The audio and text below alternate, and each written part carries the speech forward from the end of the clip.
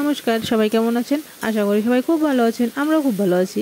তো আজকে রবিবার, তো এখানে করছি আমি বোয়াল মাছের ঝাল করছি আর করব শীতল ঝুল। আমি কিভাবে শীতল ঝুলটা করছি আর বোয়াল মাছটা করছি সেটা আপনাদের সাথে শেয়ার করব।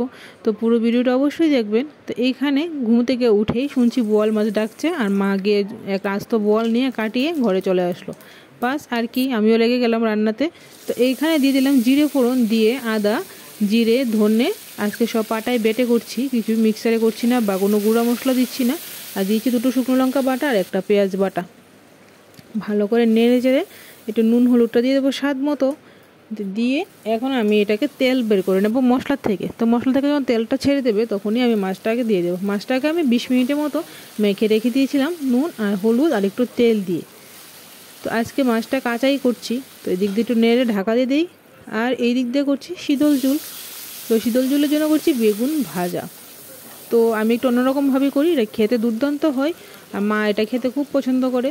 এদিক দিয়ে আমার মাছ মোটামুটি কষে গেছে, এখন দিয়ে দিলাম ঝোল। বাস শেষ তো রান্না। এখন ঝোলটা ফুটলে একটু ধনেপাতা দিয়ে নামিয়ে নেব। দুর্দান্ত হয় খেতে এরকম ডাইরেক্ট কাঁচা মাছের ঝোল না ভেজে, তো অপূর্ব সুন্দর হয় খেতে। তো এদিক দিয়ে আমি কাঁঠালের বিচি সিদ্ধ করে নিয়েছিলাম, কালকে মা বিচিটা ছুলে রেখে দিয়েছিল আজকে শীতল দিয়ে খাবে বলে। আর এখানে নিয়ে নিলাম লম্বা লম্বা 4টা বাসমতি শীতল। এটাকে ভালো করে ধুয়ে দিয়ে দেবো পেঁয়াজ ফোড়ন। তো দিয়ে দিলাম বেগুনগুলো ভেজে নিয়েছি আর শীতলটাকে দিয়ে দিলাম ফোড়নে।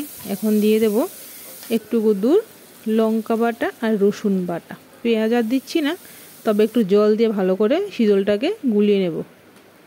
না হলে কি হবে, শীতলটা আস্তে আস্তে থেকে যায়, সেই জন্য গুলে যখন কাঁটাটা ছাড়বে তখন আমি ছেড়ে দেব। আর এদিকে তো মাছের ঝোল আমার রেডি হয়ে গেছে। বাস এই দেখুন, দুর্দান্ত স্বাদ হয় খেতে এটা। আর এদিক দিয়ে যখন কাঁঠালের বিচিটা আমি দিয়ে দিচ্ছি, কাঁঠালের বিচিটাকে ভালো করে ম্যাশ করে দিতে হবে। আপনি চাইলে আস্তে আস্তে রাখতে পারেন, আমি একটু ম্যাশ করেই দিই, তাহলে একটু ঘন একটা মাখা মাখা একটা ভাব আসে ঝোলটার মধ্যে। অপূর্ব সুন্দর হয় খেতে। হয়ে গেল মাছের ঝোল। 2টো কাঁচা লঙ্কা দিয়ে দিলাম, যার লাগবে সে খাবে। আর এদিক দিয়ে আমার নাল্লা পাতা দিয়ে শীতল ঝোলও মোটামুটি রেডি। তো দেখুন, গাছের থেকে এনেছিলাম নাল্লা পাতা, ছাদের উপর একটা গাছ আছে, ওটার থেকে অল্প কদু নিয়ে নিয়েছি। নিয়ে এখন এটাকে ধুয়ে টুয়ে দিয়ে দেবো ঝোলটার মধ্যে। তো বেগুনগুলো দিয়ে দিলাম, আর দেখাতে পারিনি। দিয়ে এখন দিয়ে দিচ্ছি নাল্লা পাতাটা, দিয়ে বেশিক্ষণ রাখা যাবে না, হলে লুট লুট হয়ে যাবে। তো দিয়ে 3 থেকে 4 মিনিট রেখে বাস নামিয়ে নিলেই হয়ে গেল বেগুন দিয়ে নাল্লা পাতার ঝোল উইথ শীতল।